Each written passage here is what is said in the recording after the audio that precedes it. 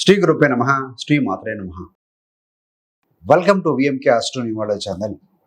September 2025 కన్యా రాశి మాస ఫలాలు ఏ విధంగా ఉండబోతున్నాయో చూద్దామండి. కన్యా రాశికి అధిపతి బుధుడు. కన్యా రాశిలో ఉత్తర 2, 3, 4 పాదాలు, హస్త 4 పాదాలు, చిత్త 1, 2 పాదాలు, మొత్తం 9 నక్షత్ర పాదాలు ఉంటాయండి. వీరందరికీ కూడా మనం చెప్పుకోబెట్టిన గోచార మాస ఫలాలు వర్తిస్తాయి.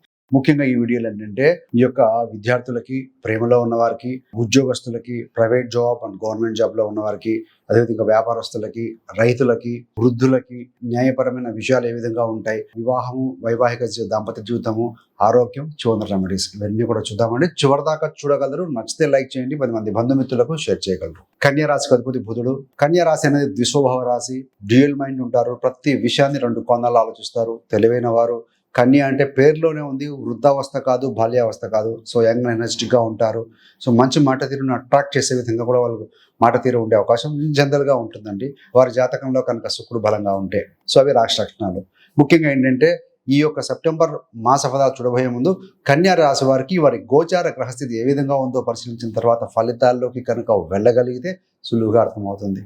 మొదటిగా రాశ్యాధిపతి బుధుడు 2 రాశుల్లో ఉంటారు ఈ మాసంలో. 14 సెప్టెంబర్ వరకు కూడా వ్యయ స్థానం సింహంలో ఉంటారు. 15 సెప్టెంబర్ నుండి మీ యొక్క స్వస్థానం జన్మస్థానానికి వస్తుందండి. కన్యా రాశిలో బుధుడు చాలా బలవంతుడు. మరి ద్వితీయ నవమాధిపతి శుక్రుడు ఎక్కడ ఉన్నారయ్యా అంటే ఈ యొక్క శుక్రుడు కూడా 2 రాశులు మారుతారు.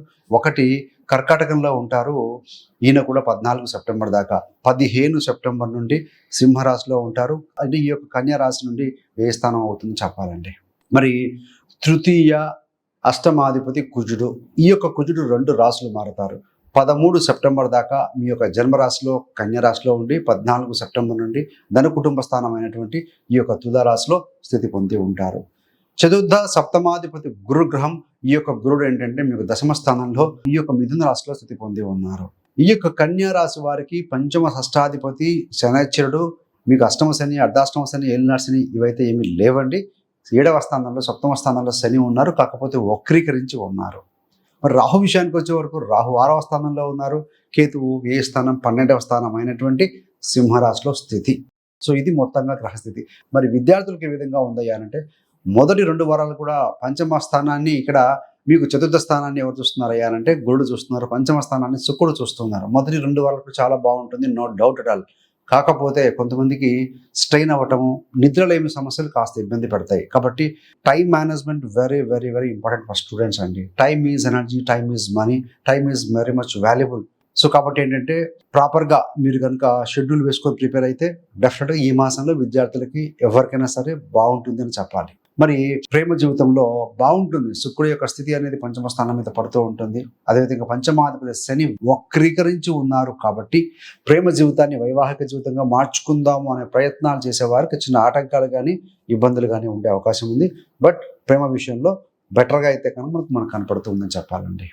మరి కాకపోతే కుజుడు అష్టమాధిపతి కుజుడు మీ యొక్క రాశిలో ఉన్నారు కాబట్టి సడన్ కోపం, ఎమోషన్స్ వస్తే వాటిని కంట్రోల్ చేసుకోండి. అదర్వైజ్ ప్రేమ జీవితం బాగుంది అని చెప్పాలి. మరి ఉద్యోగస్తుల విషయంలో ఏంటంటే ప్రైవేట్ ఉద్యోగులు, ఉద్యోగ స్థానం అంటే ఏంటి? 10వ స్థానాధిపతి బుధుడు వ్యయ స్థానంలో ఉన్నారు, మీ రాశిలోకి వస్తున్నారు. అంటే 10, 12వ సంబంధం ప్రయాణాలు, మొదటి 2 వారాలు కూడా ప్రయాణాలు కానీ, సుదూరంగా వెళ్ళవలసిన పరిస్థితులు కానీ, లేదంటే కనుక మీ యొక్క జాబ్ పరిస్థితుల్లో మీకు నైబర్స్ కానీ, కొలీగ్స్ కానీ సెలవు పెట్టినా కూడా ఆ వర్క్ మీ మీద పని భారం, కొంచెం పని ఒత్తిడి కొద్దిగా ఉంటుంది. బట్ జాబ్ చేంజ్కి అవకాశాలు ఉన్నాయి.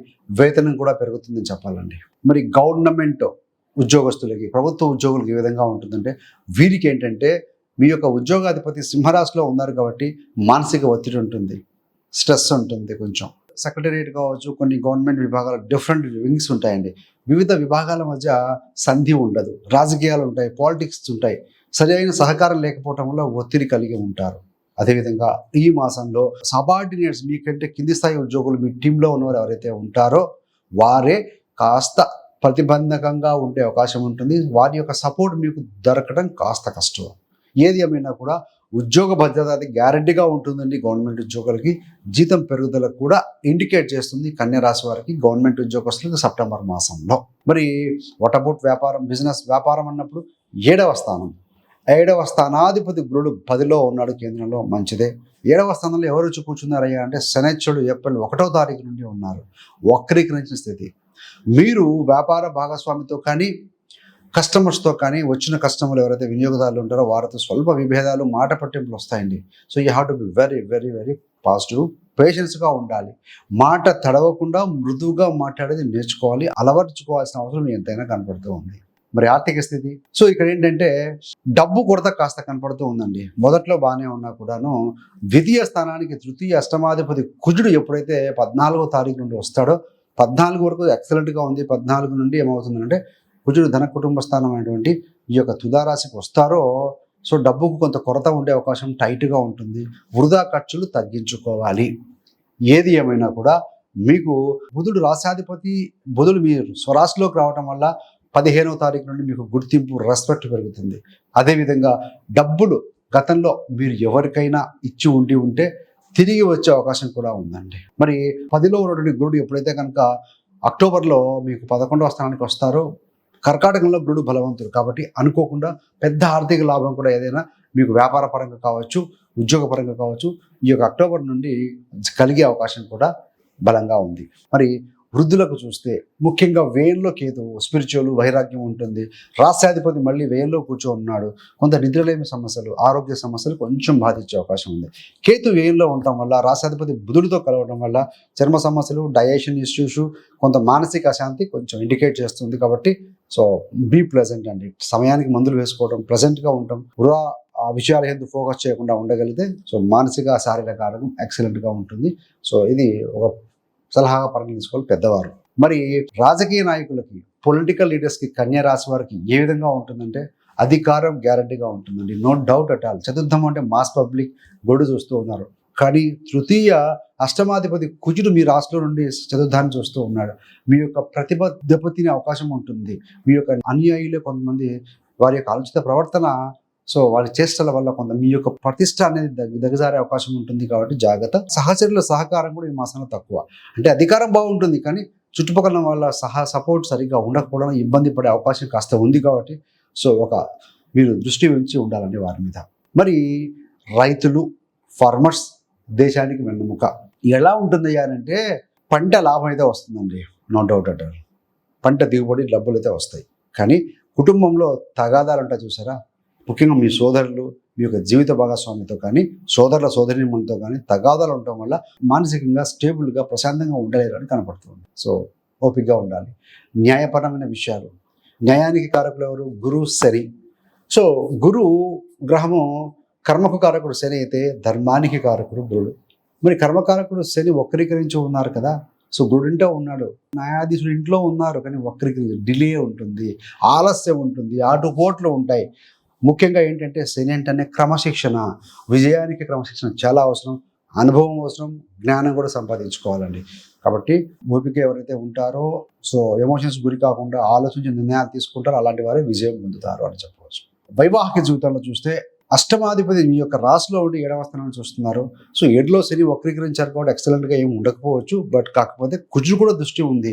శని కుజులు రెండు నెగిటివ్, అంటే అపోనెంట్ దుష్టగ్రహాల యొక్క ప్రభావం ఎదురుగా సంసప్తకంలో ఉండి చూసుకుంటూ ఉన్నారు. కాబట్టి 13 సెప్టెంబర్ దాకా కుటుంబంలో దంపతుల మధ్య పొరపచ్చాలు, మాట పట్టింపులు వచ్చే అవకాశం ఉంటుంది. సో బలంగా అయితే గోచారం అయితే కనబడుతూ ఉందండి. సో తర్వాత కొంచెం తగ్గవచ్చు. ఏది ఏమైనా మాసంలో ఎమోషన్, కోపతాపాలు, దురుసుగా మాట్లాడడం వల్లనే డ్యామేజెస్ ఎక్కువగా ఉంటాయి. సో అదేవిధంగా మీ యొక్క సిబ్లింగ్స్, మీ తోబుట్టువులు, చెల్లెలు కానీ తమ్ముళ్ళు కానీ, వీటి వల్ల కూడా మీ వైవాహిక జీవితంలో వాటికి సంబంధించిన విషయాలతోటి కొంచెం ఇబ్బందులు పడే అవకాశం అయితే ఉంది. కాబట్టి సో అలాంటి ఉపయోగాలన్నీ విషయాలు వచ్చినప్పుడు సో సైడ్ ట్రాక్ అవ్వడం, మాట్లాడకుండా ఉండడం, ఓపికగా ఉండడం అనేది కొంచెం పరిలోకి తీసుకోవాలి. ఆరోగ్యపరంగా ఏ విధంగా ఉంటుంది కన్యా రాశి వారికి సెప్టెంబర్ మాసంలో అంటే మీ యొక్క రాశ్యాధిపతి బుధుడు 12వ స్థానంలో వ్యాధిపతితో, రవితో కలిసి, కేతుతో కలిసి ఉంటారు. కాబట్టి సో కొంత ఈ మాసంలో స్ట్రెయిన్ అవ్వటం, ప్రయాణాలు, జర్నీస్ చేయడం ఉంటుంది. కొంత స్ట్రెయిన్ అనే ఫీలింగ్ ఉంటుంది, నిద్ర తక్కువగా ఉండే అవకాశం ఉంటుంది. కాబట్టి సో బ్యాలెన్స్ బోత్ అని. హెల్త్ అంటే ఏంటి? శారీరకం, మానసికం. So you have to balance both. Early to bed, early to wake up. అంటే ఎర్లీ అంటే 10 రోజులాగా 7కి 8 కాదండి. అట్లీస్ట్ మీరు 10-10:30 కల్లా పడుకోగలిగితే 6 అవర్స్ 7 అవర్స్ అనుకున్నా కూడా 4:30కి లేయగలుగుతారు. సో 4:30 to 6 లోపల మీ యాక్టివిటీస్ అన్ని కంప్లీట్ చేసుకుని ఫిజికల్గా సంబంధించిన స్ట్రెచ్చింగ్, ఎక్సర్సైజ్, ప్రాణాయామం ఇలాంటివి చేసుకుంటే కనుక సో మీ డే యాక్టివిటీ రెడీగా ఉంటుంది. టు డూ లిస్ట్ ముందు రోజు రాసుకుంటారు కాబట్టి సో రోడ్ మ్యాప్ ముందు నెక్స్ట్ డేకి రెడీగా ఉంటుంది. కాబట్టి ఆయన మీకు సబ్ కాన్షియస్ మైండ్ వెరీ స్ట్రాంగ్గా ఉంటుంది. యాక్టివ్గా డేని ముందుకు గడపగలుగుతారు. సో ఏదేమైనా 2వ వారం తర్వాత నో డౌట్ రెస్పెక్ట్ పెరుగుతుంది, ఆరోగ్యం బాగుంటుంది. 15 నుంచి 14 వరకు కొంచెం అనిశ్చితతే కనపడుతుంది. What about remedies? రెమెడీస్ అంటే ముఖ్యంగా విష్ణుమూర్తి ఆరాధన, బుధగ్రహ స్తోత్ర పఠనం చేయటం, అదేవిధంగా సో రోజు కాకపోయినా బుధవారం రోజున ఆవులకి పచ్చగడ్డి, బుధుడు అంటే గ్రీన్ కలర్ పచ్చగడ్డి కానీ గ్రాసం కానీ సో ఏదైనా మీరు తోచినంత సహాయం అందించడం, వీలైతే మీరే మీ చేతితో ట్రాన్స్ఫర్ ఆఫ్ ఎనర్జీ సో ఆవులకు తినిపించడం లాంటివి చేస్తూ ఉంటే మంచిది. బుధుడు ఇండికేట్ చిన్న పిల్లలు. సో స్కూల్స్ అనేవి ఓపెన్ అయ్యి చదువుతూ చాలామంది పిల్లలు ఉంటారు, అనాథలు, లేకుంటే వాళ్ళకి ఫైనాన్షియల్ సపోర్ట్ ఉంటుందండి, మంచి చదవగలిగిన కెపాసిటీ కలిగిన అలాంటి వారికి తోచినంత మీకు సహాయ సహకారాలు అందించడం కావచ్చు. విష్ణుమూర్తి ఆరాధన ఒకటి. శని వక్రీకరించి శని దృష్టి ఉంది, సో లెథార్జిక్గా ఉండాలనిపిస్తుంది, పోస్ట్ పోన్ చేయాలని బుద్ధి పడుతూ ఉంటుంది. సో ప్రతిరోజు నడక, ప్రాణాయామ, ధ్యానం ఇవి కనుక చిన్న చిన్న రెమెడీస్ ఫాలో చేసుకుంటూ ఉంటే బాగుంటుంది. మీ యొక్క రాశిలో కుజుడు ఉన్నాడు, డోంట్ బి ఎమోషనల్, ప్రాణాయామం ధ్యానం చేయండి, కొంతవరకు స్టేబుల్ ఉంటారు. గ్రహం ఉంది కాబట్టి కొంత ఇంపాక్ట్ చూపిస్తుంది. సో దాంతోపాటుగా మంగళవారం పూట కుజుడికి సంబంధించిన ధాన్యము, ఎర్ర కందులు రెడ్ కలర్ క్లాత్లో వాడకుండా, యూజ్ చేయకుండా ఉన్నట్టు మీరు కొత్త బట్టలోటి సో మంగళవారం పూట దాన మంత్రంతో దక్షిణతో కూడుకుని బ్రాహ్మణుడికి దానం ఇవ్వటం లాంటివి కూడా కొంత బెటర్ ఫలితం ఇస్తుంది. అది వీలు కానప్పుడు బాగా నానబెట్టిన, సోమవారం బాగా నానబెట్టిన కందులు ఏవైతే ఉంటాయో మంగళవారం రోజున సో కాస్త బెల్లం పౌడర్ కనిపించి కూడా కలిపి కూడా ఆవులకు తినిపించినా కూడా మంచిదండి. So these are all the simple remedies. మళ్ళీ వ్యక్తిగత జాతకాన్ని బట్టి కూడా రెమెడీస్ వేరే ఉండొచ్చు. మీ లగ్నాన్ని అనుసరించి కూడా మనం చెప్పేవన్నీ కూడా గోచార ఫలితాలు. సో కాబట్టి మీ యొక్క వ్యక్తిగత జాతకం కూడా ఒకసారి చెక్ చేసుకొని తెలుస్తుంది. మరి మీకు కనుక ఇంకా కన్యా రాశి గురించి క్షుణ్ణంగా తెలుసుకోవాలనుకుంటే పుట్టుక నుండి మరణం వరకు కన్యా రాశి వారి జీవిత రహస్యాలు, అసలు ఈ రాశిలోనే వీరి జననం ఎందుకు జరిగింది అనే వీడియో కూడా చేశామండి. సో మంచి ఎక్సలెంట్ ఇన్ఫర్మేషన్ ఉంటుంది. ఆ వీడియో యొక్క లింక్ను కూడా మీకు డిస్క్రిప్షన్లో ఇవ్వడం జరుగుతుంది, గమనించగలరు. So thanks for watching. ఇలాంటి మరిన్ని మంచి మంచి వీడియోల కోసం విఎంకే ఆస్ట్రో నివాళి ఛానల్ సబ్స్క్రైబ్ చేసుకోగలరు. పక్కన ఉన్న బెల్ సింబల్ మీద క్లిక్ చేస్తే మేము చేసే ప్రతి వీడియో కూడా నోటిఫికేషన్ ద్వారా మీ దాకా అందుతుంది. సర్వేజన సుఖినో భవంతు. స్వస్తి.